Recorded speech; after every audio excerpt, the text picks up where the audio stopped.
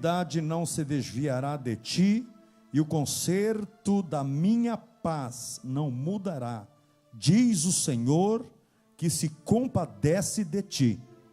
Ó oprimida, arrojada com tormenta e desconsolada, eis que eu porei as tuas pedras com todo ornamento, e te fundarei sobre safiras, e as tuas janelas farei cristalinas, e as tuas portas de rubins, e todos os teus termos de pedras aprazíveis, e todos os teus filhos serão discípulos do Senhor, e a tua paz e a paz dos teus filhos será abundante, com justiça será confirmada, e estarás longe da opressão, porque já não temerás, e também do espanto, porque não chegará a ti. Eis que poderão vir a juntar-se, mas não será por mim. Quem se ajuntar contra ti, cairá por amor de ti. Eis que eu criei o ferreiro, que assopra as brasas no fogo, e produz a ferramenta para seu trabalho. Também criei o assolador para destruir. Profecia para a tua vida: toda ferramenta preparada contra ti não prosperará. Toda língua que se levantar contra ti em juízo, tu a condenarás. Esta é a herança dos servos do Senhor, e a sua justiça que vem de mim, diz o Senhor. Você pode dizer amém? Para todos nós essa palavra, que Deus te abençoe. Pastor Wesley Ricardo Santos, que acaba de chegar de viagem, fazendo uma oração com a igreja, e depois manda o povo sentar, conta sobre onde você esteve esse final de semana, e depois conduz o culto, chamando o maestro Elias para cantar os hinos, e assim por diante. Vamos continuar a obra de Deus. Glória a Deus. A paz do Senhor, irmãos. Levante a sua mão direita, vamos orar. Pai de amor, de bondade e misericórdia, te louvamos por essa oportunidade de estar na tua casa, na tua presença, para prestar culto ao Senhor e aprender da tua palavra, nesse culto de ensinamento, de doutrina. Pedimos a tua bênção, fala conosco pela tua palavra, acrescenta a nossa fé, abre o nosso entendimento, nos abençoa, abençoa quem chegou aqui no templo, no santuário, abençoa quem está em casa, que acompanha pelo rádio, pela internet, que esse culto também seja para a glória e louvor do nome do Senhor. Rendemos graças por tudo, em nome de Jesus, que vive e reina para sempre. Amém. Amém. Vire para a pessoa que está do seu lado, cumprimenta, dá um abraço, cumprimenta. Isso. Você levantou da oração, talvez nem cumprimentou, não é? Quem está à sua frente, quem está atrás, do lado direito, do lado esquerdo, para a gente começar esse culto em comunhão com o nosso Deus. Aleluia. Amados irmãos, vou ser breve, um breve relatório da nossa viagem no estado do Mato Grosso do Sul, por determinação do nosso pastor Reuel. Eu estive na cidade de Terenos, juntamente com a Fabrícia, pastor Francisco de Assis e o pastor Juscelino. Formamos essa equipe e estivemos lá na extensão dos Gideões. Uma extensão oficial, o 6º ano, o 6º congresso da extensão lá em Terenos, Mato Grosso do Sul.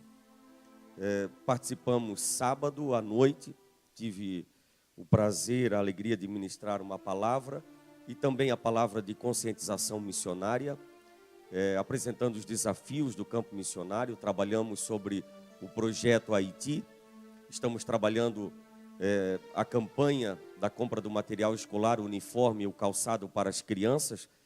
Nós temos 2.000 crianças no Haiti, em 4 escolas e um orfanato. Domingo pela manhã, estivemos numa manhã missionária maravilhosa, uma manhã de lágrimas. A manhã missionária praticamente terminou quase que 3 horas da tarde, irmã Odete. a glória de Deus, a presença de Deus foi coisa maravilhosa. O pastor Roberto Silva é o pastor presidente, juntamente com o ministério, o pastor Davi, o vice-presidente, os irmãos. O pai dele, pastor Reuel, o pastor Pedro, já trabalhou lá no ministério por muitos anos e passou o ministério ao seu filho, ao pastor Roberto. Eles mataram 2 bois, parece que 3 porcos, galinha eu perdi a conta. Todo mundo, toda a igreja, uma semana se alimentando na igreja. Terminava o culto, todo mundo ia para o salão do lado e todo comiam bem e iam para casa. E no domingo, quando terminou a escola, por volta de 3 horas, o almoço esfriou, eles esquentaram a carne assada e nós participamos do almoço. Depois à noite voltamos para o culto. E quando terminou a manhã missionária, por determinação também do pastor Reuel, eu fui lá para dar posse ao missionário Oséias e a Eliane, que vão trabalhar lá, juntamente com o pastor Roberto, num campo, no campo de Terenos, mas num local bem retirado, 70, 80 quilômetros do centro da cidade.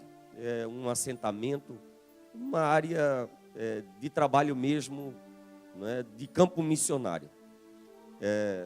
Fizemos a entrega também, a doação de uma moto que recebemos aqui no Congresso dos Gideões, e com o entendimento que o pastor Roberto e o pastor Reuel tiveram, nós fizemos a doação para o missionário Vingres e a sua esposa Deise, que trabalham numa outra localidade também, num campo missionário lá no Mato Grosso do Sul. Fiz contato com o pastor João Martins, que é pastor presidente de Corumbá, e possivelmente nós vamos ter contato para um grande congresso de missões em Corumbá. Mas eu quero trazer aqui, além da posse que nós fizemos ao missionário Oséias, uma posse especial, espiritual.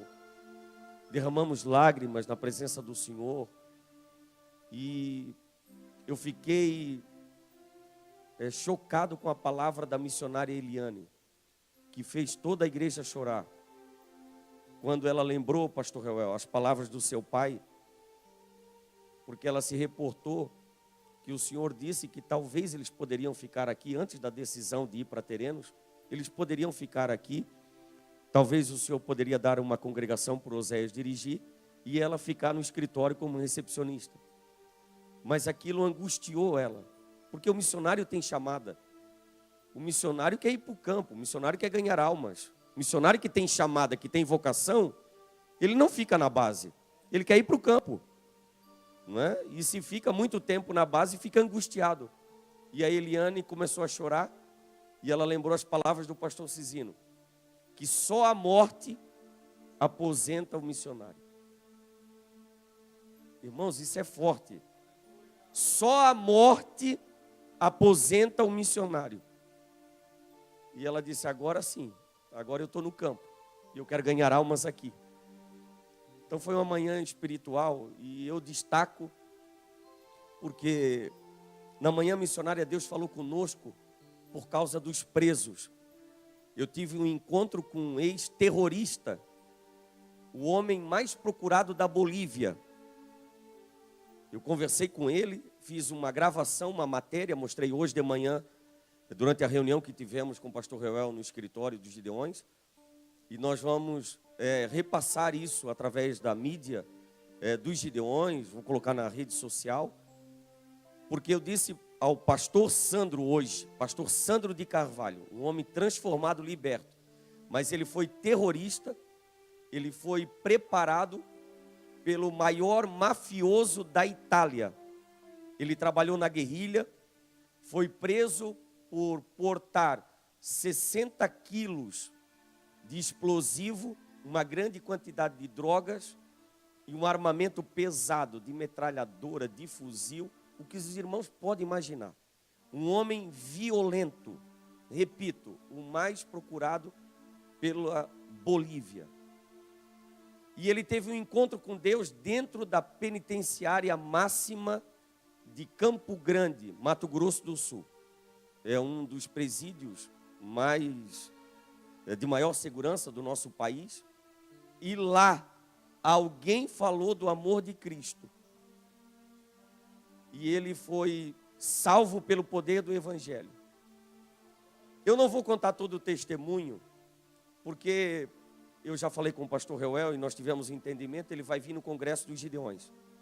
E eu disse para ele vir a Camboriú, e exatamente no Congresso dos Gideões, porque, irmãos, talvez para você, para nós, que não temos na família alguém drogado, alguém do mundo do crime, alguém perdido nas drogas, viciado no crack, na maconha, não é? Alguém que repassa drogas, alguém que está lá trancado na cadeia, na prisão, para nós parece que não tem tanta relevância, tanta importância, né, por não ter um problema dentro da família.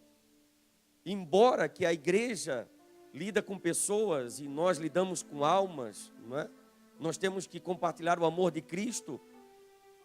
É uma nação, eu falei essa expressão, pastor Reuel. Nós temos uma nação trancafiada, homens e mulheres atrás das grades, aparentemente perdidos, mas dentro dessa nação carcerária, tem homens e mulheres libertos, livres, atrás das grades. O pastor Sandro, ele disse que comeu a Bíblia. Ele cita vários versículos, ele pregou uma palavra poderosa na manhã missionária e nos levou às lágrimas e toda a igreja adorando ao nome do Senhor. É impactante o testemunho do pastor Sandro de Carvalho. Se você quiser depois do culto, ou quem está assistindo o culto, ouvindo pela internet, digita lá no YouTube ou no Google, Sandro de Carvalho. Depois nós vamos compartilhar a matéria. É assustador o que esse homem fazia. E ele contou o seu testemunho e experiências fortes que ele viveu dentro da penitenciária máxima de Campo Grande do Sul. Eu disse para ele vir para Camboriú, no Congresso dos Gideões, porque no rádio nós atendemos, são dezenas de ligações do país, mães que estão fazendo campanha de jejum e oração pela libertação do seu filho. Famílias que fazem jejum e oração, fazem voto. Quantos irmãos participam até de desafios com R$1.000, com ofertas variadas, para ver o seu filho, a sua filha liberto das drogas, do mundo do tráfico, do mundo do crime. E eu disse para ele vir aqui para provocar esperança, acrescentar a fé dos irmãos, porque se teve esperança, teve mudança de vida na vida de Sandro Carvalho. Hoje ele é um pastor, tem um desafio, está montando um desafio em Corumbá, um grande desafio. Ele vai estar aqui para contar o testemunho e pregar a palavra de Deus. E assim como a igreja de Terenos, nós fomos impactados pela palavra, eu tenho certeza que a multidão que vai estar aqui, e os irmãos que, repito, me ouvem, vocês que estão aqui dentro, a amada igreja de Camboriú, e quem está pelo rádio e pela internet, você que tem algum parente no mundo do crime, das drogas, não perca a esperança. Continua orando, continua clamando, porque o Deus que livrou Sandro de Carvalho, um traficante, um terrorista, vai libertar o seu parente, vai libertar o seu filho, a sua filha, do mundo das drogas. Eu tive com o pastor Reuel em São Paulo, e nós passamos lá pela Cracolândia. Irmãos, é assustador, parece zumbi, desorientados, à procura de droga. É uma quantidade enorme de homens e mulheres, pais de família que estão lá perdidos, jovens, mulheres grávidas. Você passa, e nós passamos pelo carro, o pastor Reuel pediu ao pastor e a um irmão que acompanhava, um policial, para a gente entrar lá e acompanhar. A gente abriu a janela do carro, o vidro do carro, aquele cheiro horrível, e aquelas pessoas perdidas, alguns só andando de cabeça baixa, sem orientação, parece um animal. E nós levantamos a mão, né, pastor Reuel? Pedimos para que Deus tivesse misericórdia daquelas vidas ali. E uma quantidade que são filhos de crentes. E eu disse na manhã missionária, a minha alma nessa manhã abraça os encarcerados. A minha alma, o meu coração abraça os perdidos dentro das prisões, das cadeias. A minha alma nessa manhã abraça os drogados, os traficantes que estão perdidos no mundo do crime. Eu vou levar esse projeto para os Gideões missionários da última hora abraçar. Eu vou conversar com o pastor Reuel e os Gideões vai abraçar. Parece chocante os Gideões abraçar os encarcerados, os presos. Mas qual é a nossa missão? Não é alma? Eles também têm uma alma preciosa como a minha e a sua. E na manhã missionária, depois de ouvir o pastor Carlos, um outro liberto, transformado das drogas, um homem procurado no Equador, foi preso na maior penitenciária do Equador, enjaulado de tantas pessoas que ele matou. Eu tirei uma foto com o pastor Carlos, com o pastor Sandro de Carvalho, com a missionária Beth numa cadeira de roda cadeirante. Você precisa ouvir o testemunho dessa mulher, o que ela fez numa cadeira de rodas, quantas pessoas ela matou e o que ela fez. O outro pastor, agora de cabelo branco, esqueço o nome dele, acho que pastor José, tinha outro da Colômbia, do México. Eu tirei uma foto com eles, mostrei para o pastor Reuel hoje. Naquela foto ali dá 400 anos de cadeia, pela violência que eles praticaram. Mas na manhã missionária, todos eles deram testemunho da transformação, do poder da palavra, do evangelho de Jesus Cristo. E sabe qual foi o versículo que Deus me lembrou da palavra? Irmão Ricardo. E por isso que eu abracei essa causa. Chegue à tua presença o gemido dos presos, segundo a grandeza do teu braço, preserva aqueles que estão sentenciados à morte. Eu vou repetir a palavra do salmista: chegue à tua presença, ó Deus, o gemido dos presos, segundo a grandeza do teu braço, preserva aqueles que estão sentenciados à morte. Eu peço à igreja, e devemos nos lembrar desses irmãos que estão lá dentro, pregando a palavra, evangelizando. E lá, pastor Reuel, tinha, até esqueci de falar para o senhor, teve um pastor, um irmão, que pagou pena no Paraná, e conhece o Benaia, daquele tempo. Isso, na cadeia de Piraquara. E ele lembrou da sua mãe.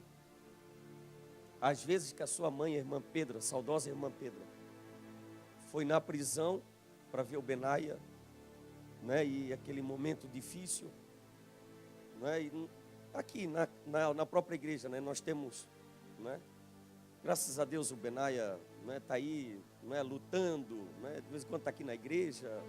Nos últimos tempos procurou dar felicidade ao pastor Cisino. E eu faço aqui um pedido, né, já citando o Benaia, né, para que Deus ore por ele e por tantos, né, para que estejam aqui na casa do Senhor e sejam salvos, alcance a transformação da palavra. Com a permissão do pastor Reuel, levantamos recurso para a obra. Foi um trabalho lindo, um trabalho maravilhoso. Que Deus abençoe o pastor Roberto Silva. Certamente depois eles vão assistir a transmissão, porque eu disse que daria o relatório aqui na igreja, porque é uma igreja co-irmã, é uma extensão dos Gideões, na rádio também, e nós abraçamos esse projeto dos presidiários. Eu quero pedir à igreja para ficar em pé. Nós vamos orar. Nós vamos orar pelos presos nessa hora, pastor, pelos encarcerados. Wesley. Sim, pastor. Irmãos, eu estou sentindo forte a presença de Deus aqui. Eu venho há dias orando e pedindo a Deus o tema do próximo congresso. E Deus acabou de me dar. Aleluia. Gideões, ajude-nos a livrar os que estão sentenciados à morte. Glória a Deus. Anote esse tema. Glória a Deus. Gideões 2019. Deus. Este será o tema. Deus acabou de dar aqui no púlpito. Aleluia. Agora. Você lendo e Deus falou comigo. Este é o tema. Aleluia. Porque Gideões arranca aqueles que estão indo para o abismo. Então o tema será: Gideões, ajude-nos a resgatar aqueles que estão sentenciados à morte. Aleluia. Aleluia. Aleluia. Aleluia. Que bom que tem irmãos entendendo, estão chorando, estão glorificando a Deus. Eu peço que a igreja abrace essa causa, esse projeto dos encarcerados, dos presos. Você vai agora orar. Pastor Wesley, eu não tenho, graças a Deus eu não tenho nenhum preso, eu não tenho nenhum traficante, eu não tenho nenhum drogado na família, não tenho nenhum parente. Mas você vai orar por eles agora. Aleluia. Aleluia. Oh glória. São almas, irmãos, são almas. São almas. Para você ter uma ideia, o pastor Sandro falou para mim, nós já vamos orar, que ele encontrou dentro da prisão lá em Campo Grande, Mato Grosso do Sul, na penitenciária máxima, um homem que passa pelo corredor e ninguém tem coragem de olhar para ele no olho, cara a cara. Evangelista Lucier, ninguém tem coragem de olhar olho no olho. E Deus deu ousadia para o pastor Sandro olhar no olho dele. Sabe por que ninguém tinha coragem de olhar? Nenhum preso da penitenciária tem coragem de olhar para ele. Porque ele matou 22. Matou 22 pessoas.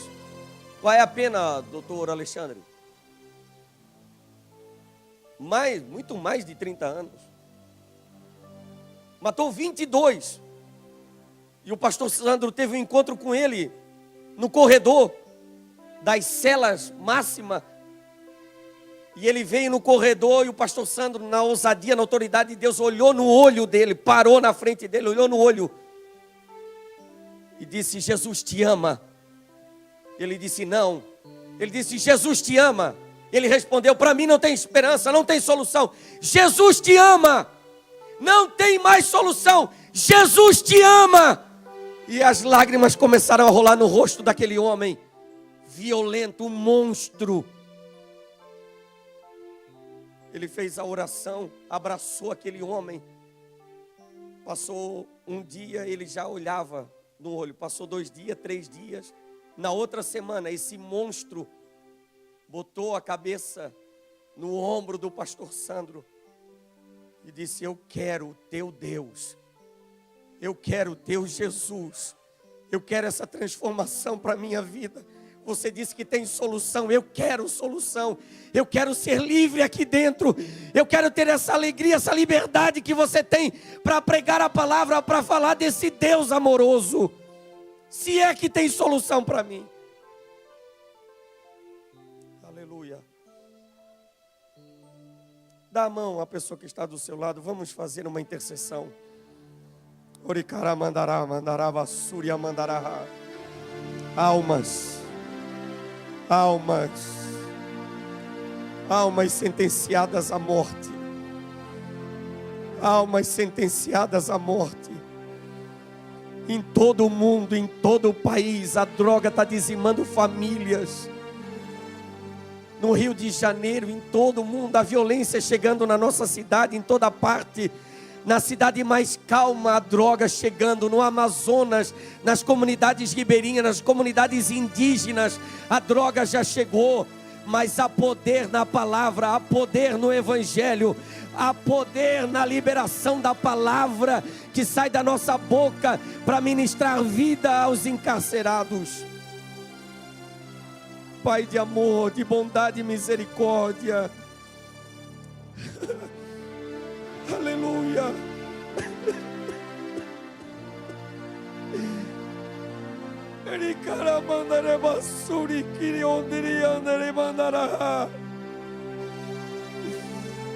Meu Deus, nós levantamos um clamor nessa noite. A igreja de Camboriú, de mãos dadas, levanta um clamor pelos presos, pelos encarcerados, pelos que estão mergulhados nas drogas, no vício, a maconha, a cocaína, o cigarro, a bebida. Meu Deus, ouve a oração, ouve a súplica da igreja. Quem acompanha pelo rádio, pela internet, quem tem um familiar nesse mundo do crime, da violência, nós apresentamos ao Senhor, pedindo a transformação. Aleluia, aleluia.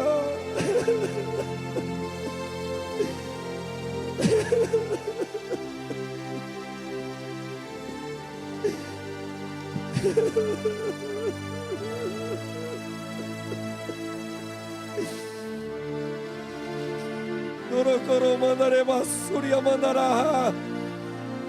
Goro mandeia eu coia terepato e cato comanto tiria mandara bassé. Iricara mandara basuria coria mandara. Em nome de Jesus, quebra as correntes, quebra os grilhões, quebra, meu Deus, todo o plano do inimigo, coloca por terra, para dizimar essas vidas, para levar à morte, à destruição. Entra, meu Deus, nas cadeias, nos presídios, entra, meu Deus, nas favelas, nos pontos de drogas, trazendo libertação, em nome de Jesus. Dá condição, dá autoridade aos irmãos, aos nossos irmãos presos, que já te conhecem, mesmo trancafiados, mesmo presos, são livres pela transformação do Evangelho. Usa eles lá dentro para ganhar almas, para libertar vidas, e quando saírem, saiam, meu Deus, na autoridade do Senhor, ganhando almas aqui fora, sendo pastores, líderes de desafio, de recuperação, pastores de igreja, missionários, missionárias, para a tua glória, para o teu louvor. Nós apresentamos, meu Deus, o tema que o Senhor dá ao nosso pastor nessa noite. Abençoa o congresso ano que vem, o 37º congresso, de 27 de abril a 6 de maio. Vem abençoar o congresso, os preletores, cantores que trabalharão nesse tema, em nome de Jesus, em nome de Jesus, para a glória de Deus Pai, Deus Filho, Deus Espírito Santo. Assim nós oramos, entregamos nas tuas mãos esse projeto. Amém, amém, aleluia, aleluia, oh glória, aleluia, aleluia.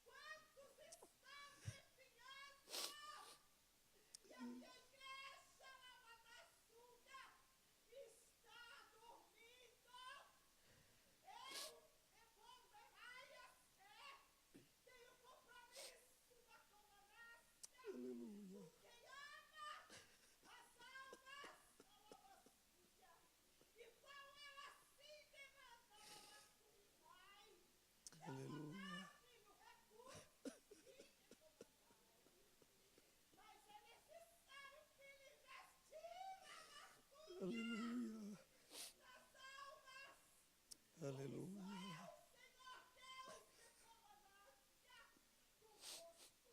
Aleluia.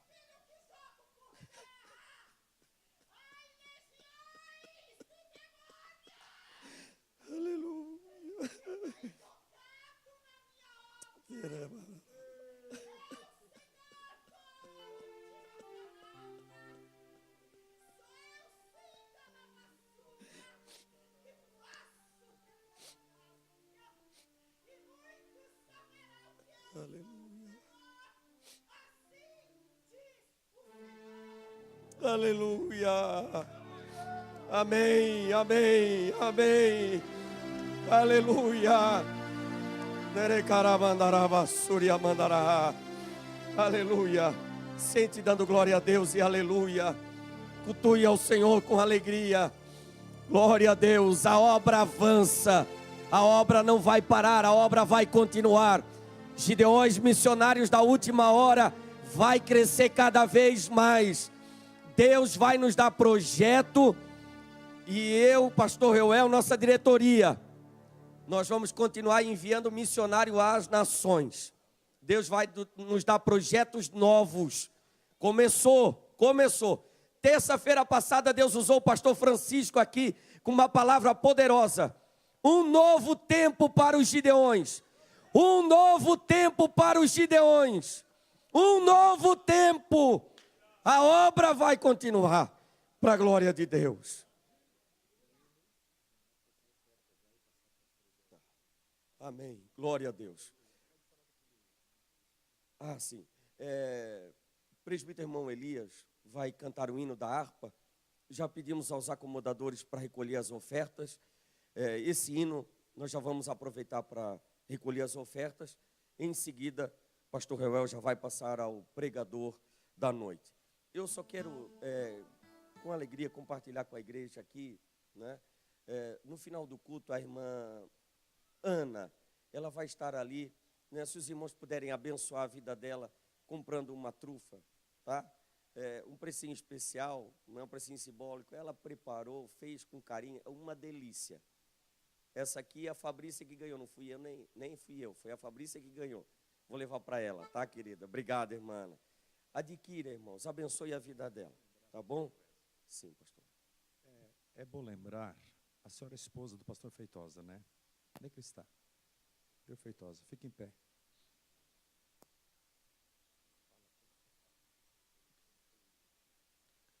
Paz do Senhor, igreja. Tive 3 infartos, o último tem 50 dias. Eu fiz questão que ele falasse, irmãos, porque ele tem passado isso para mim. Amanhã ele vai sentar conosco, comigo, pastor Wesley, aqui no escritório, e nós precisamos socorrer essa família, por favor. O único pedido dela é que você compre. Se você não pode comer, né, dá para alguém que pode, dá para o netinho, né? Eu faço assim, certo? É de mãos ungidas, né? Então faça assim. E também a oferta de hoje à noite, nós vamos passar para esse casal. Tá bom?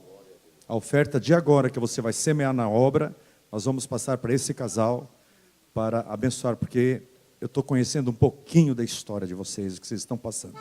Mas nessa hora, Deus manda a gente estender as mãos, tá bom? E Deus vai nos abençoar. Nada vai faltar. Glória a Jesus. Saúde a todos os irmãos na santa paz do Senhor. Amém. Glória a Deus. Vamos louvar o Senhor com o hino de número 311. Glória a Jesus.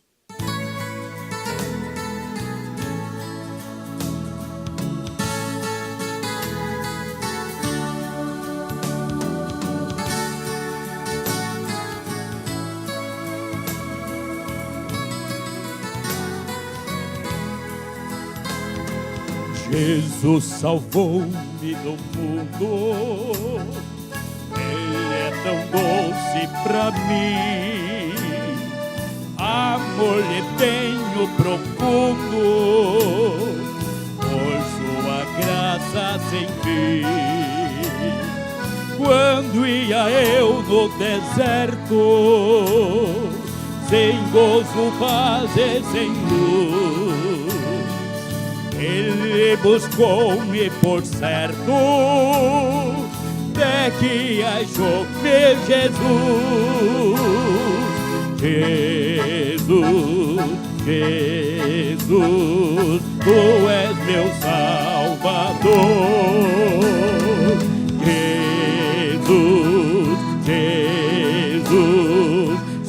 teu serei, Senhor, na senda muito verdadeira, guia-me tua mão, e ao findar minha carreira, receberei galardão. Jesus de Saro é a rosa, lírio suave é pra mim. Ele é a rocha preciosa, onde há gozo sem fim.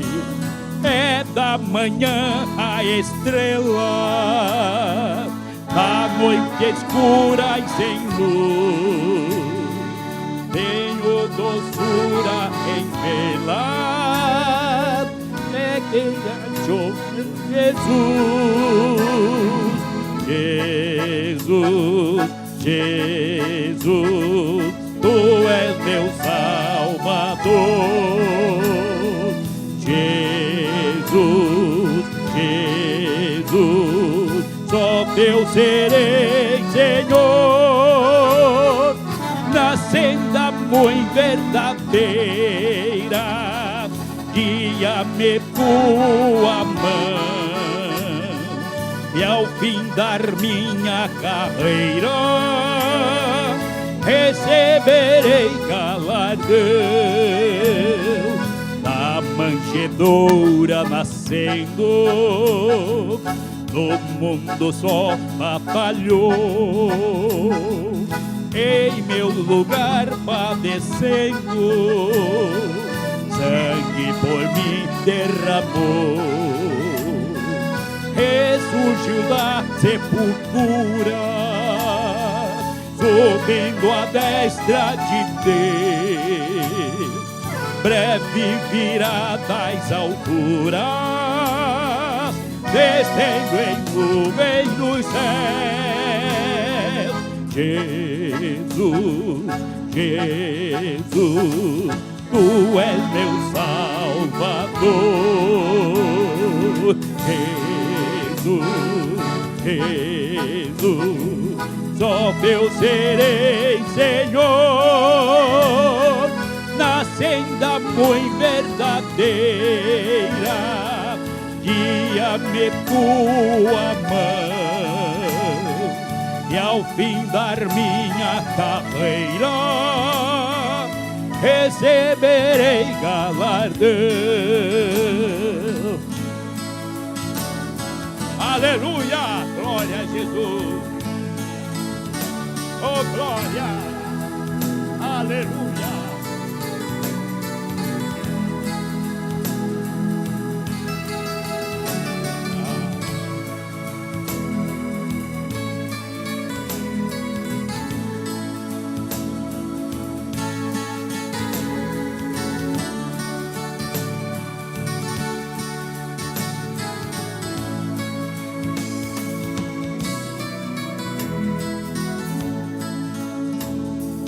Jesus, Jesus, tu és meu Salvador.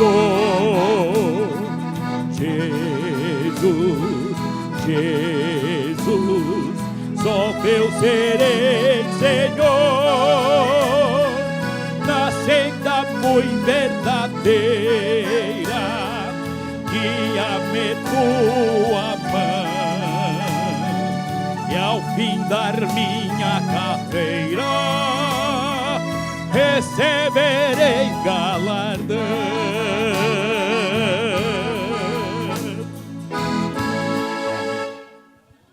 Aleluia, graças a Deus. Coloque-se em pé, por gentileza, em respeito. Vamos receber o pregador que tivemos contato hoje. E ele vai trazer a palavra. Pastor Eliel Uller.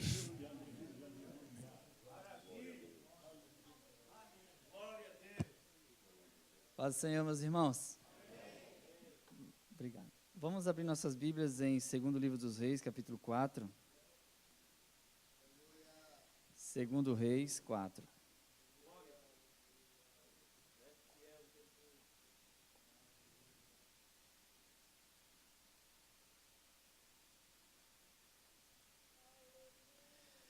Segundo livro dos Reis 4, versículo número 8. Sucedeu também um dia que, indo Eliseu a Sunem, havia ali uma mulher rica, a qual o reteve a comer pão.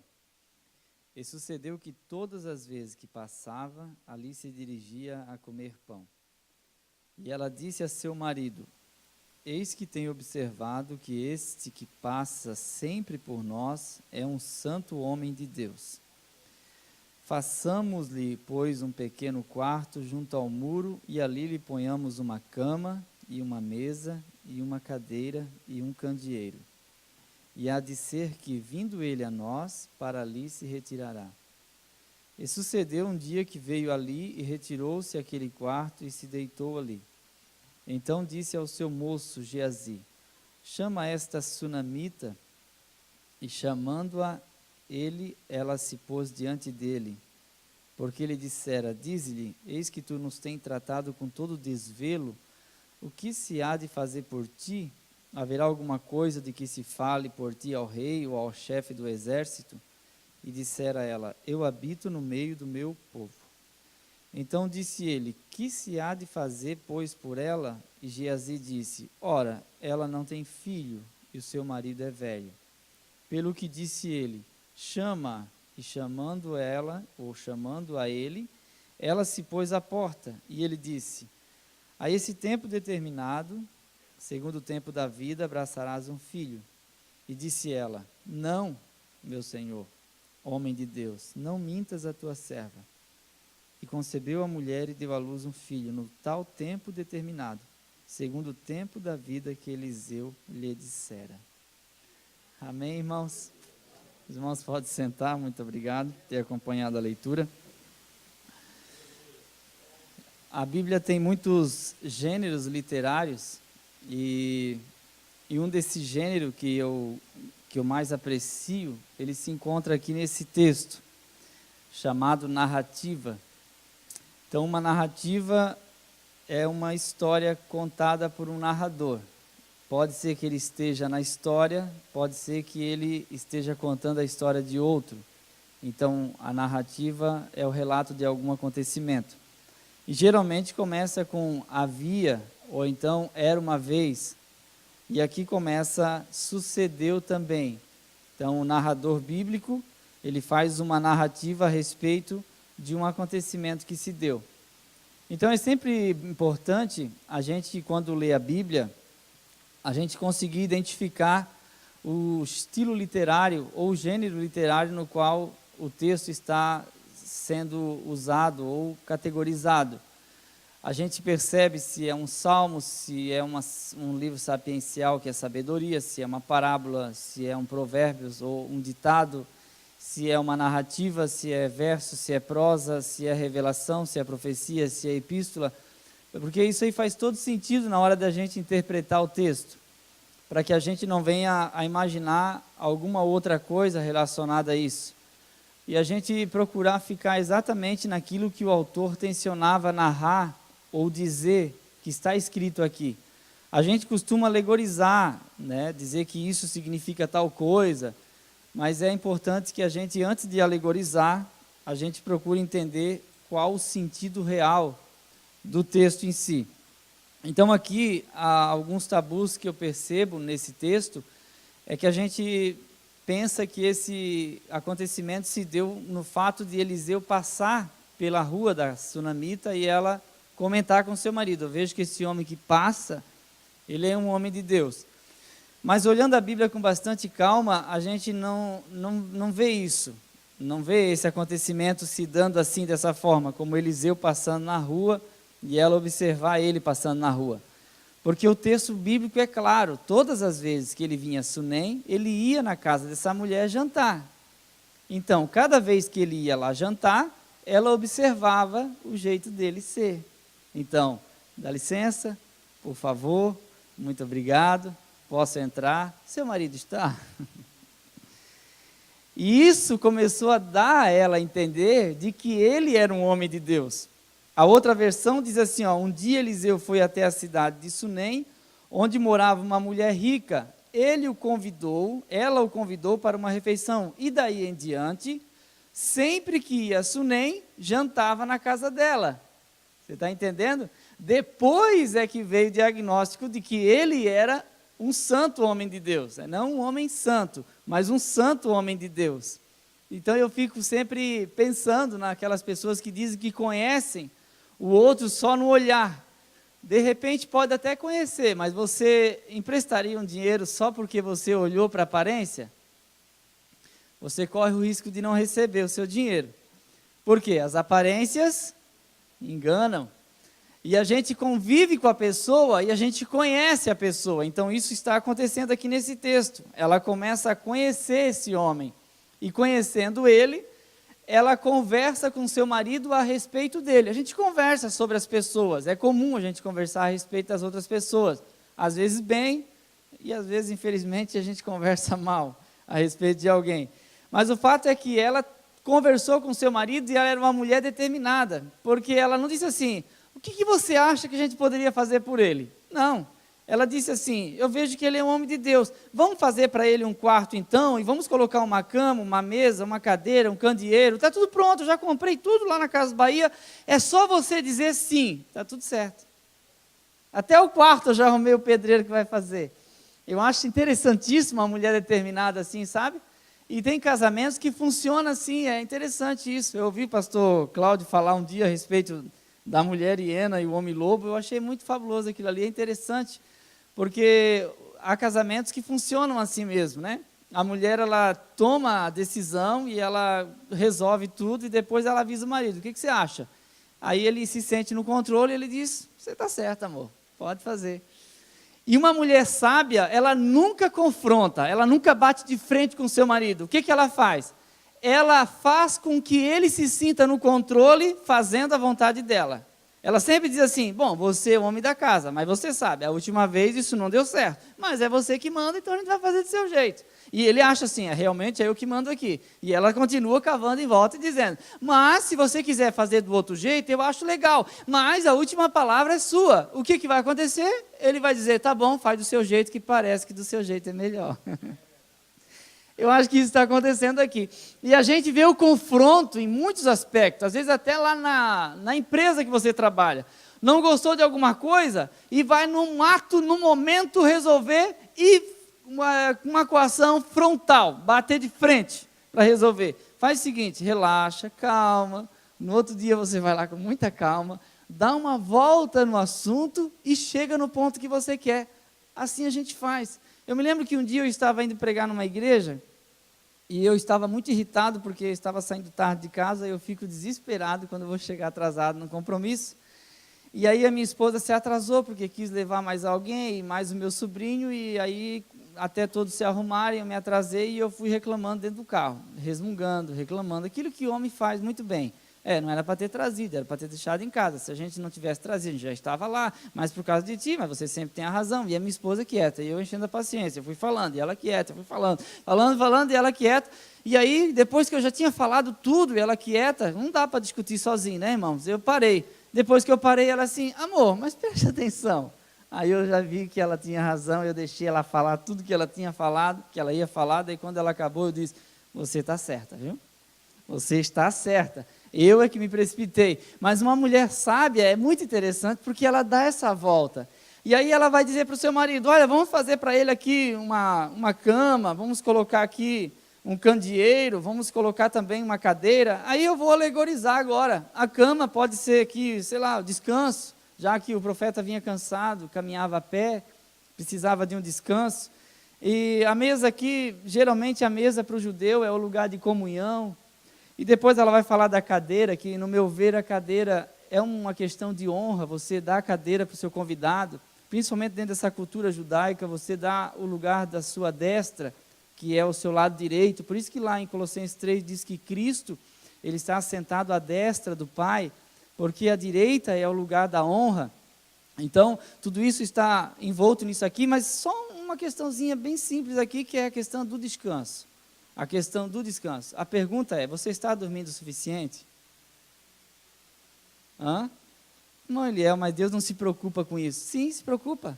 Salmos 4:8. Em paz deitarei e dormirei, porque só tu, Senhor, me fazes habitar em segurança. Se o Senhor não guardar a cidade, em vão vigia a sentinela. Inútil será repousar tarde e acordar de madrugada. Deus está dizendo, para de perder teu sono, descansa.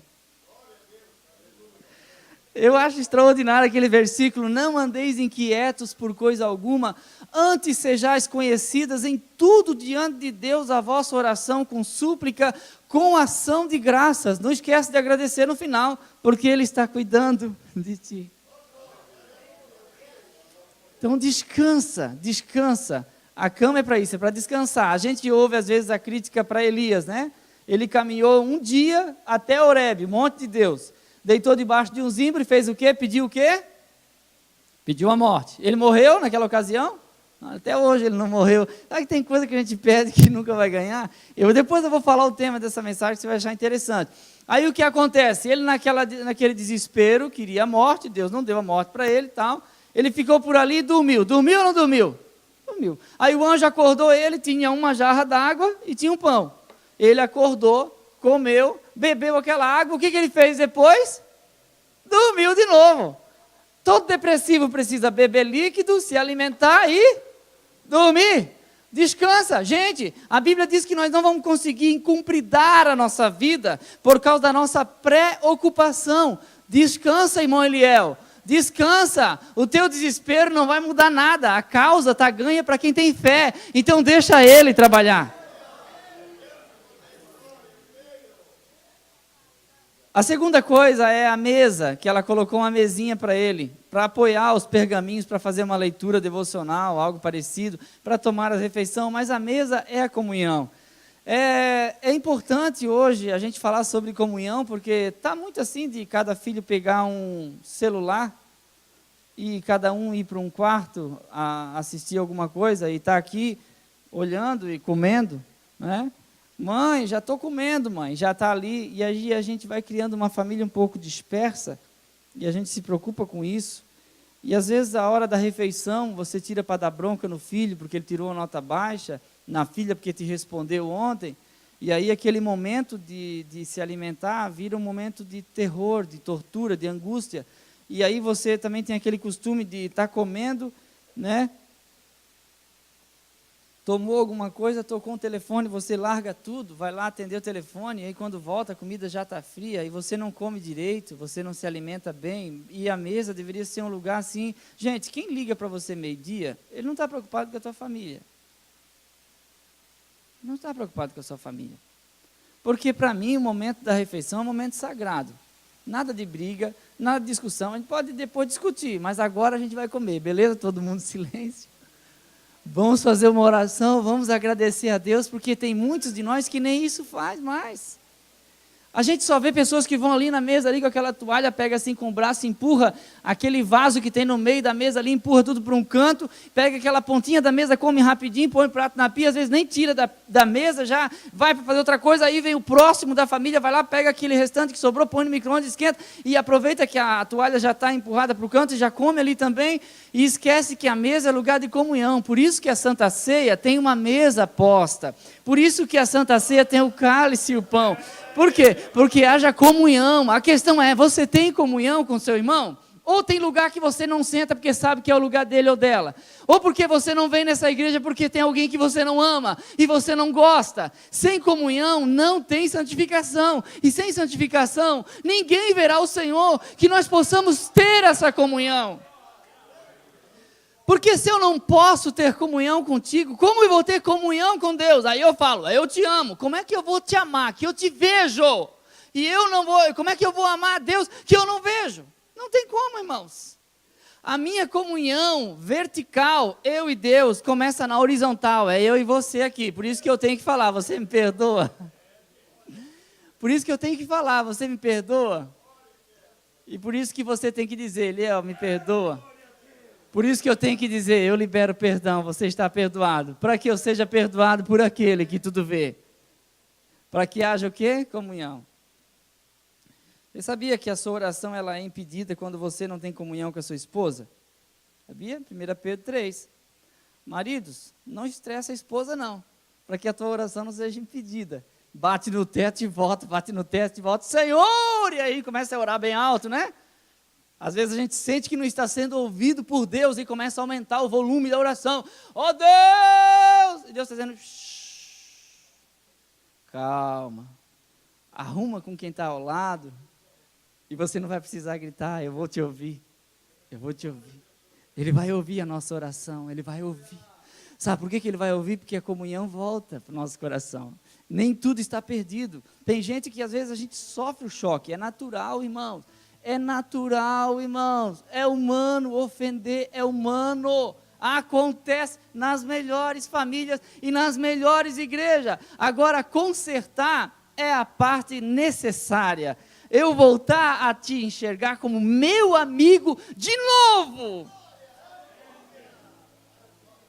E nem é sobre isso exatamente que eu ia falar, mas em último aqui o candeeiro. O que é o candeeiro? É a luz. Se andarmos na luz como Ele na luz está, aí volta a questão.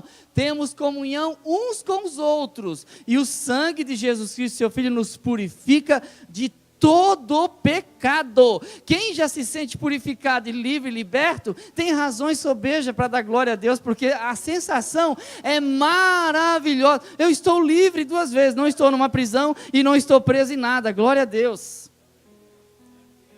Eu falei ontem aos jovens, estava falando para os jovens ontem, eu disse, gente, vocês não imaginam a raiva que eu tinha de uma pessoa. Eu não sei se eu falo, mas acho que eu vou falar assim. Eu tinha muita raiva da minha sogra. Eu tinha raiva da minha sogra. Gente, ela não queria que eu casasse de jeito nenhum. E eu, apaixonado, eu tinha que casar de qualquer jeito. E ela dizia, não assino. E na época tinha que ter 21 para assinar, né? Senão os pais assinavam. Imagina, ela tinha 17, esperar mais 3, 4, 5, 4 anos. Meu Deus, não! E ela dizia, eu não assino porque tu é um guri pequeno. Eu tinha 18 anos só. Eu não tinha onde cair vivo, porque morto a gente cai em tudo quanto é lugar, né? E hoje eu entendo ela, sabe, gente? Eu não sei o que eu faria também, eu criar uma filha com carinho, e aí chega um marmanjo e diz, eu vou levar ela, e aí a gente, onde é que vocês vão morar? Vai morar por aí. O que você tem? Essa roupinha aqui e um cobertorzinho ali só. Tá bom assim, não? Eu acho muito incrível quando o moço vai pedir a mão da moça em casamento, ou em namoro, principalmente namoro, né? E aí logo de princípio o sogro diz, não!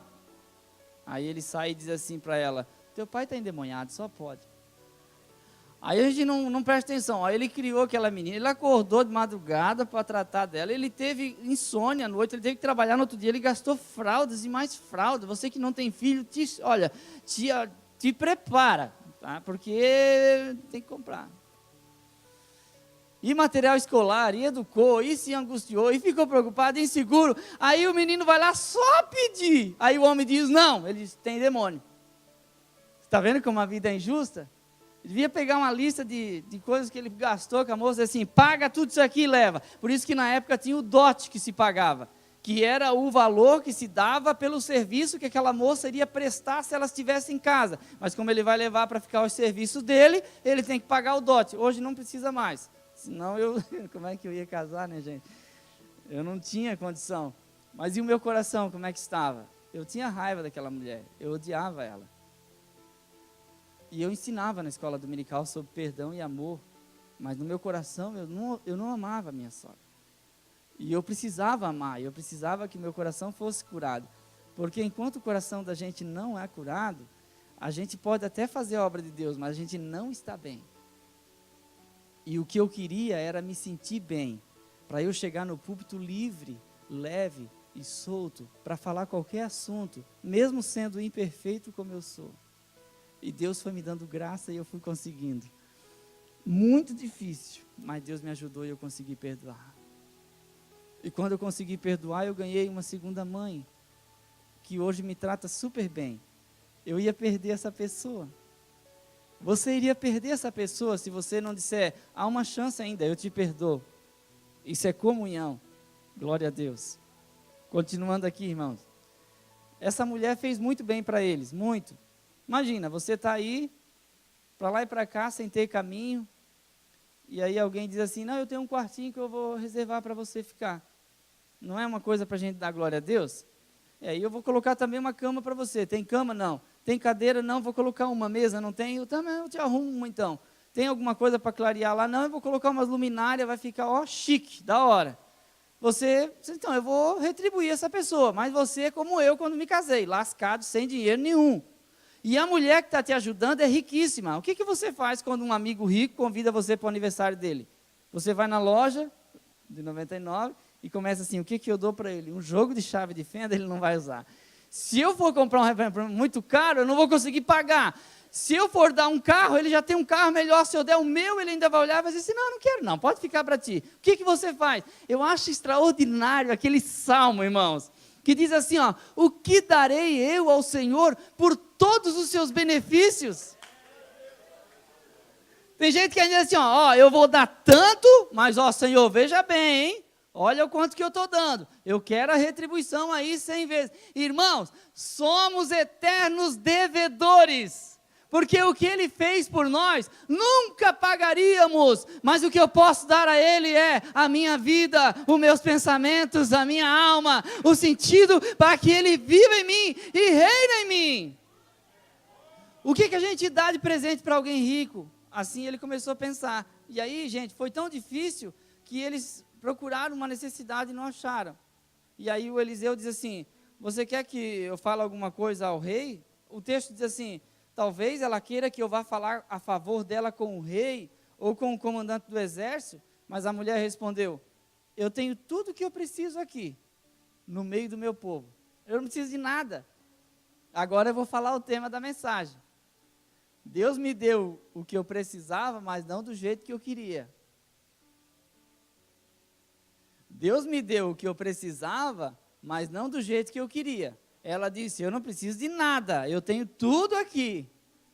Aí então, deram mais uma voltinha na casa, o Geazi voltou e disse, tem uma coisa, eu não vi criança nessa casa. Chama a moça aí, chama ela. E chamaram ela, ela ficou na porta e disse, pois não? Aí ele assim, o Eliseu, daqui a 1 ano você vai ter um filho. Ela abaixou a cabeça, suponho eu, e disse assim, não mintas a tua serva. Mas ela diz, não.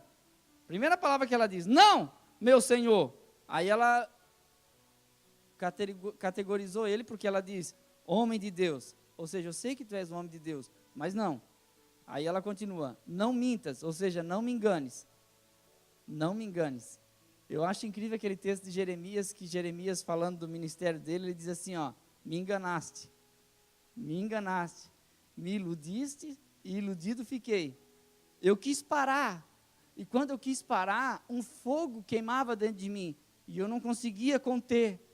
Por isso que fizeram aquele hino, que há um fogo queimando em meu peito, que não me dá descanso. Eu quero parar, mas eu não posso.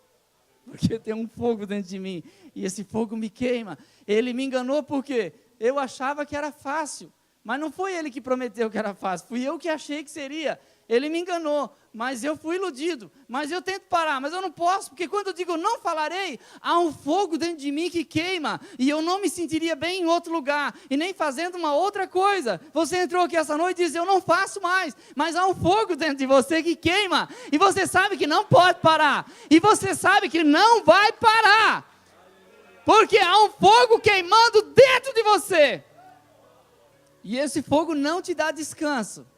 Você não consegue pensar outra coisa, a não ser nele. Então veio a promessa, daqui a 1 ano você vai ter um filho. Se fosse aqui em Camboriú, podia dar problema isso aqui. Quer ver só como ia dar fofoca? Só para os irmãos terem uma ideia. O marido da mulher, avançado em idade, ela não era estéril, era só porque o marido era avançado em idade, ela nunca havia engravidado, mas depois que o Eliseu começou a ficar na casa dela, ela engravidou. Eu acho que não ia dar problema isso.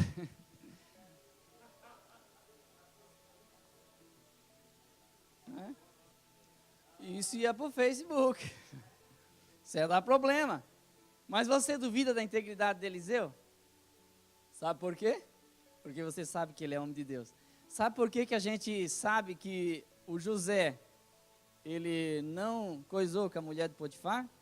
porque a gente sabe da integridade dele. Quando foi para sair da cadeia, o rei não perguntou assim, o que tu está fazendo aí? O que aconteceu? Você fez mesmo ou não fez? Vamos colocar isso em juízo, traz as provas, testemunha, ninguém... Sabe por quê? Porque ninguém nunca duvida do caráter dele. Porque quanto mais a gente se explica, mais se complica. Quando a gente tem caráter, a gente sempre diz sim e não, posso, não posso. Com o tempo, Deus vai limpando a reputação. Porque reputação é amassada, manchada e pisada, mas caráter não. Porque reputação é o que os outros dizem que você é, e caráter é o que você é.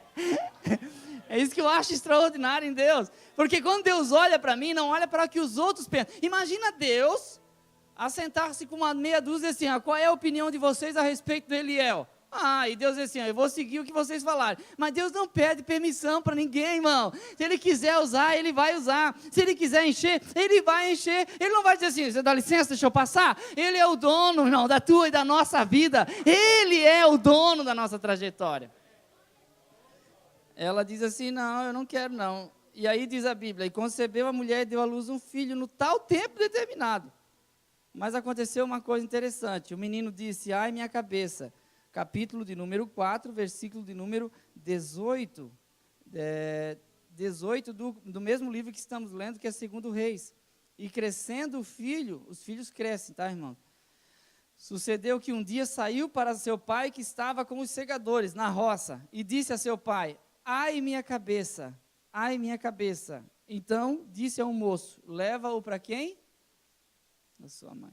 É a coisa mais incrível, gente. Está o pai ali e está a mãe ali. O filho cai aqui no meio, de 2 anos, 3 anos, ralou o joelho. Ele olha para os dois lados e vai para onde? Ai, minha cabeça. Chegou para o homem disse assim, o quê? Dói a cabeça? Vai com a mãe. E levaram ele para casa, para a mãe. E chegou lá na mãe e aconteceu uma coisa muito triste. Porque ela segurou ele, diz a Bíblia que ele ficou sobre os seus joelhos até meio-dia e morreu. E ela sabia que aquele filho era uma promessa de Deus, mas morreu. Morreu. E o que a gente faz quando uma pessoa morre? O que a gente faz? A gente enterra, né? Ela disse, não vou enterrar não, vou colocar na cama do profeta. Tem uma diferença, não tem? Daí ela disse assim, agora esse problema não é meu. E ela chegou em casa e disse para o seu marido, arruma uma jumenta aí, eu quero um moço, e eu vou até o homem de Deus hoje. Ele disse, vais a ele hoje? Não é lua nova nem sábado, não tem festa. E ela disse, tudo vai bem. Eu não sei de onde é que ela tirou força para isso, gente. É igual a raposa, né? Perdeu o pelo todo, mas não perdeu a pose. Ela estava sem mundo aqui, irmão, sem vida, ela não tinha chão debaixo dos pés. Mas ela disse, tudo vai bem. Então abordou a jumenta e disse ao seu moço, guia, anda, não te detenhas no caminhar, senão quando eu te disser. E partiu e veio ao homem de Deus ao Monte Carmelo. E vendo-a, o homem de Deus de longe disse a Geazi, eis aí vem a sunamita, agora pois corre ao encontro e diz-lhe, vai bem contigo, vai bem com teu marido, vai bem com teu filho. E ela disse para Geazi, vai bem. Chegando ela, pois, ao homem de Deus, ao monte, pegou aos seus pés, mas Geazi chegou para retirar ela. E o Eliseu disse, deixa ela aí. E o Geazi fazia assim, que foi? O Eliseu, não sei, ela está amargurada e Deus não me revelou. Nem tudo Deus revela. Tem hora que não é Deus que está revelando e tem hora que Deus não vai revelar. Vai entender Deus, tem hora que Ele vai lá e revela tudo, tem hora que Ele revela uma parte, tem hora que Ele não revela nada. E Eliseu, tu não é um homem de Deus? Eu sou, mas eu não sei o que essa mulher tem, ela está amargurada. Deixai-a, a alma dela está triste de amargura, e o Senhor me encobriu e não me manifestou, que é o versículo 27. Tem coisas que agoniam a gente, porque a gente quer saber o motivo, mas a gente não sabe. A gente quer saber o propósito de Deus envolto nessa história, mas a gente não sabe, porque Deus não revela tudo na caminhada. Tem coisa que Deus pega a gente pela mão e diz assim, ó, vem comigo. Mas para onde? No caminho eu te mostro. É como aqueles 10 leprosos lá que foram purificados, né? Por que eles foram purificados? Porque Jesus disse assim, eles disseram, tem um de nós, filho de Davi, até 15 metros, beleza, dali para cá não. Aí Jesus disse, vão ao sacerdote e ofereça a oferta pela cura. Mas eles estavam leprosos. E a Bíblia diz, e indo eles, ficaram purificados. O problema é que a gente quer que Deus venha aqui, mas a gente tem que ir ali. A gente precisa dar um passo a mais. Chegai-vos a Deus, e Ele, te chega a Ele, e Ele se chega. Faz a tua parte, e a dele Ele vai fazer. E agora essa mulher amargurada, não se sabe o que ela está vivendo, e disse ela, pedi eu ao meu Senhor algum filho? Não te disse ele, não me enganes? Agora ela vai cobrar, hein? Como assim? Você orou e Deus me deu um filho, e agora Deus vai lá e tira? Que brincadeira é essa? Eu pedi filho. É triste, irmãos. É triste quando Deus nos dá algo e depois Ele tira. Aí a gente diz assim, ó, me enganaste de novo. E eu acho extraordinária essa narrativa, porque a bênção que eu precisava, Deus não me deu do jeito que eu queria. Aí Deus vai tirar. E depois Deus vai restaurar. Mas enquanto Deus não restaura, ela está angustiada. E diz a Bíblia que Geazi, o Eliseu mandou o Geazi colocar o seu bordão sobre o menino e voltou correndo. E você pensa que ela arredou o pé, versículo de número 30. Porém disse a mãe do menino, vive o Senhor e vive a tua alma, que eu não vou te deixar. Ela falou exatamente o que Eliseu disse para Elias, quando Elias disse assim, ó, fica aí. E o Eliseu diz, eu não vou te deixar. E agora ele diz para ela, fique aqui. Ela diz, eu não vou te deixar. Esse assunto não é mais apenas meu, ele é também seu. E aí os dois voltam juntos. E quando eles chegam em casa, ela faz sinal para ele, vai para o quarto. E quando ele entra no quarto, ele fecha a porta. Fica só ele e o menino. A promessa que ela tinha, ela não sepultou, porque promessa não se enterra. Enquanto Deus não disser, enterra. Porque se Deus não falou, enterra, não enterre, porque alguma coisa Ele ainda vai fazer. Isso não morreu, isso está apenas adormecido dentro de você. E no sopro do Espírito de Deus, aquilo reacende e volta. Com mais intensidade, mais brilho, e mais força e mais poder, porque aquele que prometeu é fiel, Ele é fiel. Você ainda não morreu, você ainda está vivo, então pare de dizer que Ele te abandonou, porque Ele continua o mesmo Deus. E se ela tivesse enterrado essa promessa?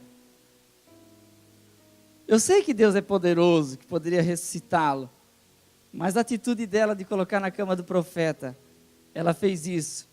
Eliseu foi lá, passeou naquela casa de uma parte para outra, sobre o menino, estendeu sobre ele, boca com boca, pé com pé, mão com mão.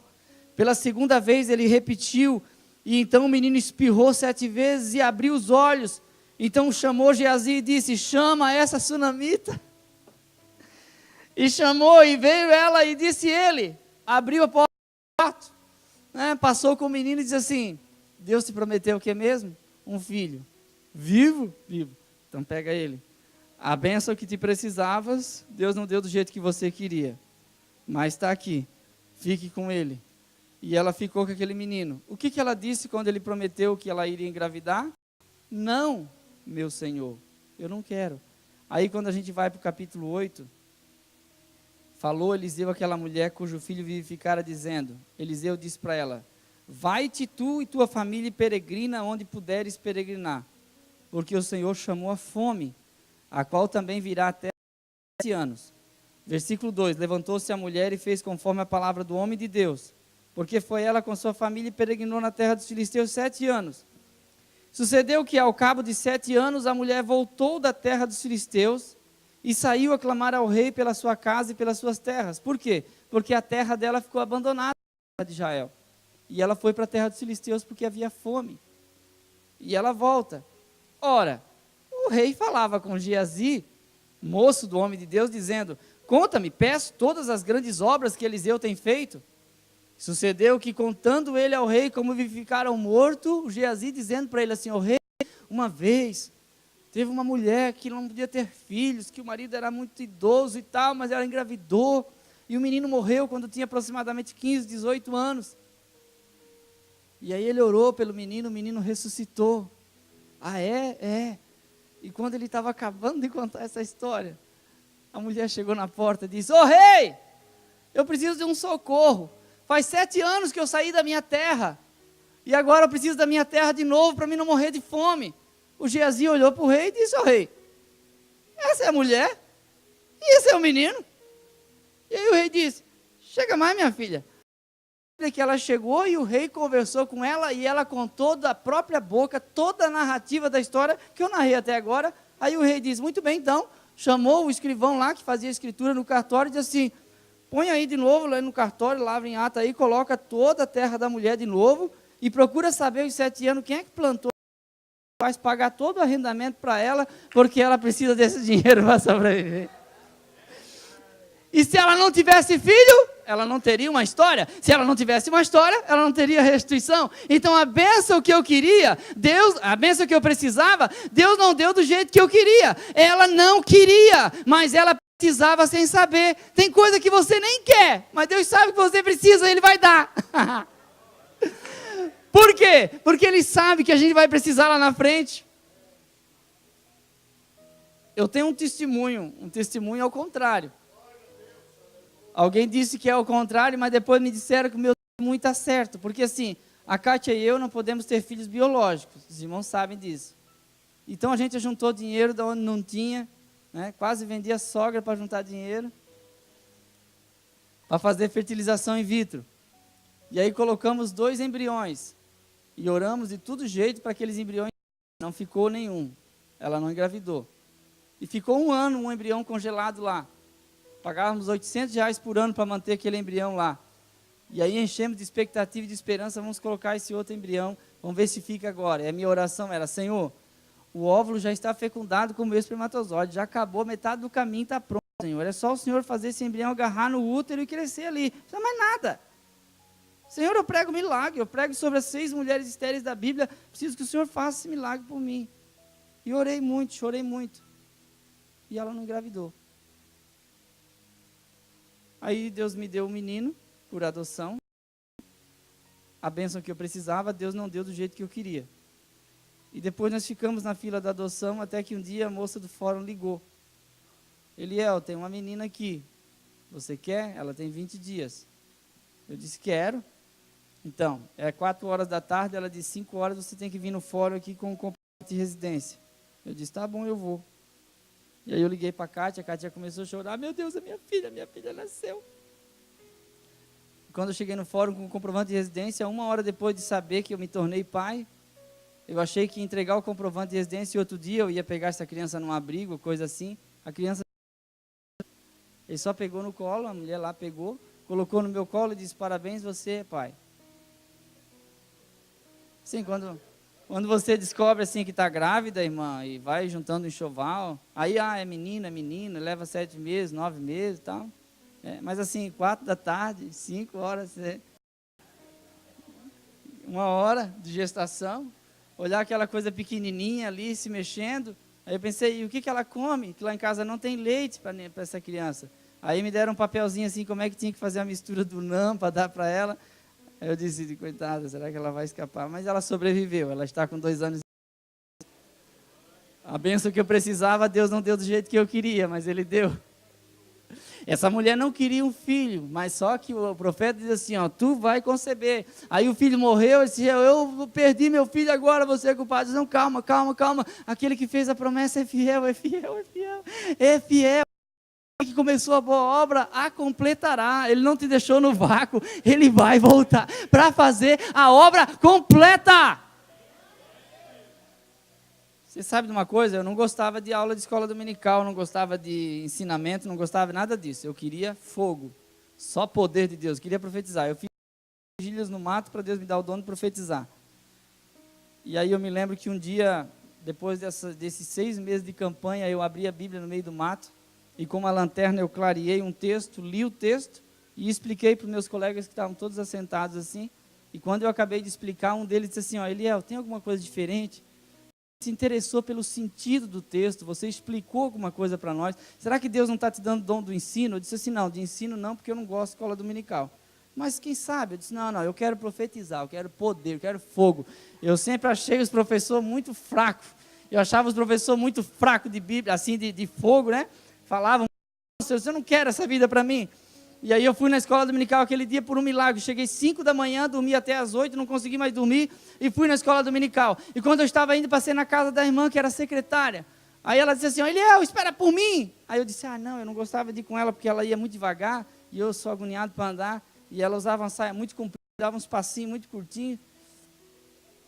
Daí ela assim, vamos juntos? Eu disse, então vamos. Ela disse, tu tem a revista? Eu disse, eu não tenho. Ela assim, mas eu te vendo, esqueceu, eu sou secretária. Eu disse, mas eu não tenho dinheiro. Ela assim, mas eu faço fiado. Eu disse, não, se é fiado, então eu quero. E eu comprei uma revista fiado. E eu fui aquela manhã de domingo. E cheguei lá, quando eu sentei lá nos últimos lugares, que eu gosto sempre de sentar pelos cantos, o professor disse assim, hoje eu não vou dar aula não, quem vai dar aula é o Eliel. Eu tinha 16 anos.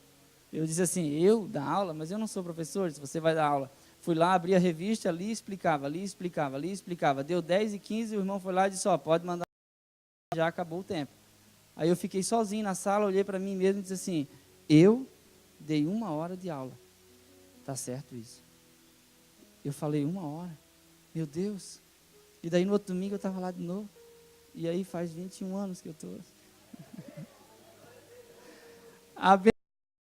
Aliás, que eu precisava, Deus não deu do jeito que eu queria. Eu acho que a melhor coisa que tem é a gente ficar no centro da vontade de Deus. Porque eu sei que os melhores filhos Ele me deu, da melhor forma que Ele encontrou, e essa história era para ser assim mesmo, e eu era para estar aqui ensinando hoje. Amém? Por quê? Porque aquele para todos sempre sabe fazer o melhor. E o que Ele está fazendo por nós é o melhor. Amém? Obrigado, pastor. Aleluia, aleluia. Deus te abençoe, querido. Amém. Quem pode dar amém? Amém. Coloque-se em pé. Tem alguém não evangélico no nosso meio? Levante a mãozinha que eu quero te conhecer. A igreja quer te conhecer. Você veio assistir o culto hoje, não é evangélico, está no nosso meio. Tem alguém? Você não é evangélico, está aqui conosco assistindo o culto. Só faz assim que eu quero te ver.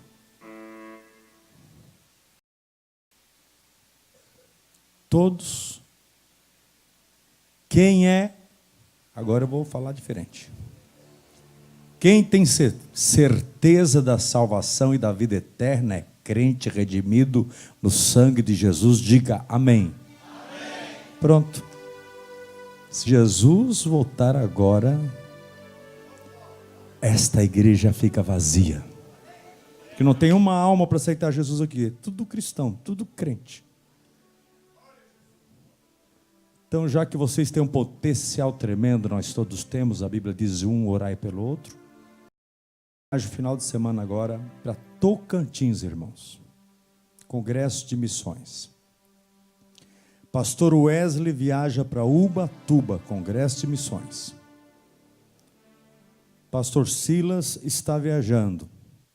Quem vai estar aqui com vocês vai ser o pastor Eliel Maciel cuidando, final de semana. E o pastor Raimundo Nonato vai estar aqui, tá bom? Vai ser uma bênção e Deus vai estar abençoando a igreja do Senhor. E eu tenho certeza que depois eu vou estar ouvindo coisas boas que Deus fez aqui no final de semana também. E vamos como você trouxe hoje, coisa boa. E o tema dos Gideões, quem pode dar amém? Amém. Você viu que tema que Deus nos deu hoje? Irmão, quando o pastor Wesley começou a ler, começou a me dar um arrepio e aquela voz ecoou. Tu não está me pedindo o tema? Era assim que acontecia com meu pai. Vocês lembram que ele falava isso? Era assim. E foi bem assim hoje. Ontem eu ainda estava preocupado. Já está na hora de pensar no tema. Me dá um tema, Jesus. Me dá um tema. Eu fui para Toledo final de semana passada no congresso. Eu queria que alguma coisa acontecesse, que Deus me mostrasse Bíblia. Eu queria que um pregador pregasse ali de repente, soltasse uma palavra, disse que aí está o tema dos Gideões. Mas não é assim. A pregação de hoje foi bem certinho. E eu louvo a Deus porque houve confirmação. A profetisa de Deus, a irmã Silvana, Deus usou ela, dizendo que Ele está nesse assunto. Ore pelos Gideões. Vou dizer mais. Não deixe só os irmãos de longe ser contribuinte.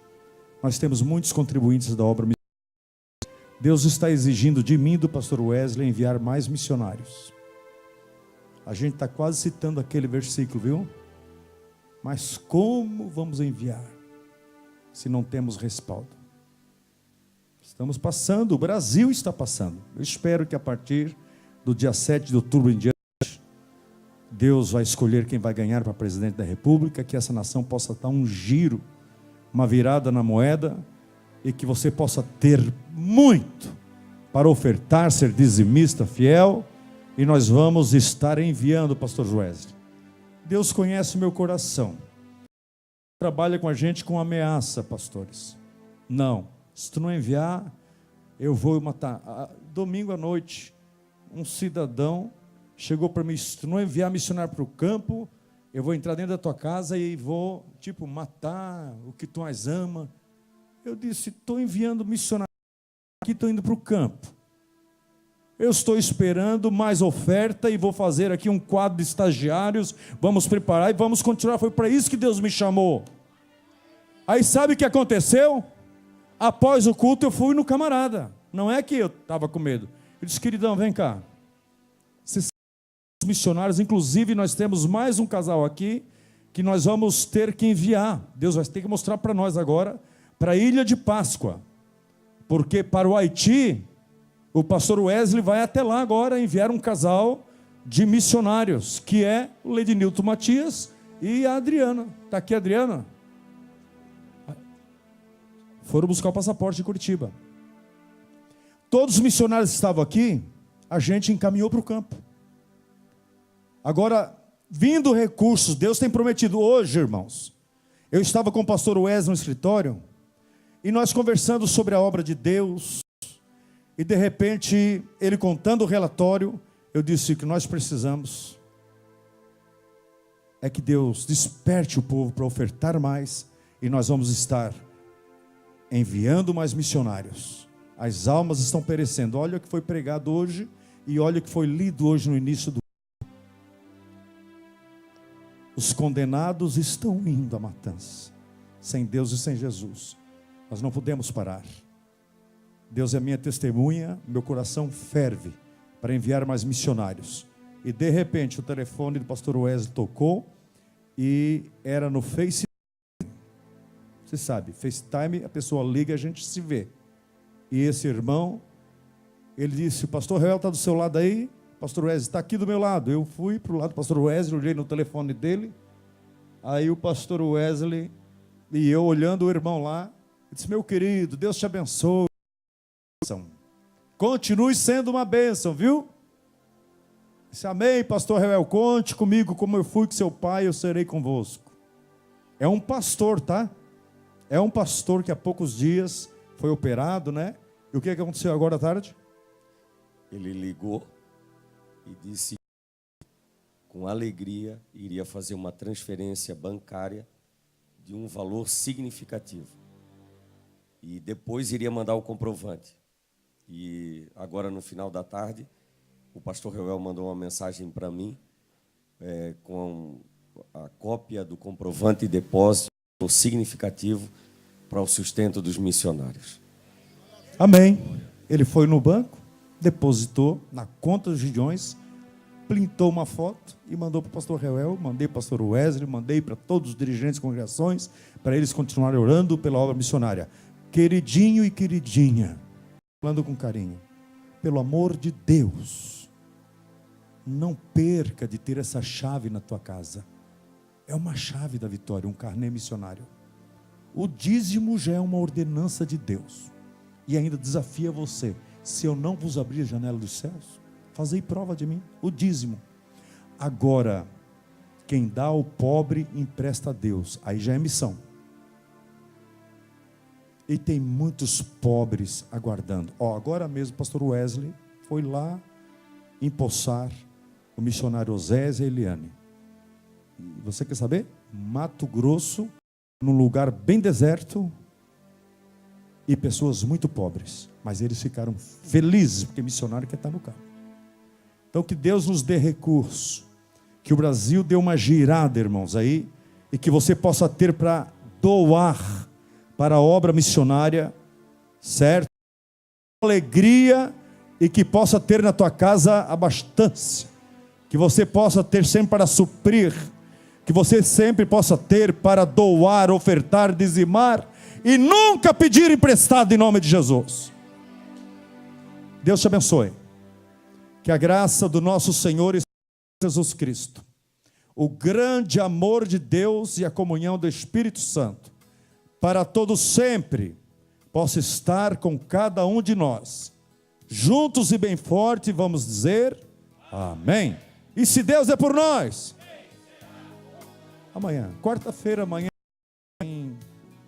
tem círculo de oração, não foi avisado aqui, mas tem, né? Toda quarta tem, a partir das 3 horas da tarde.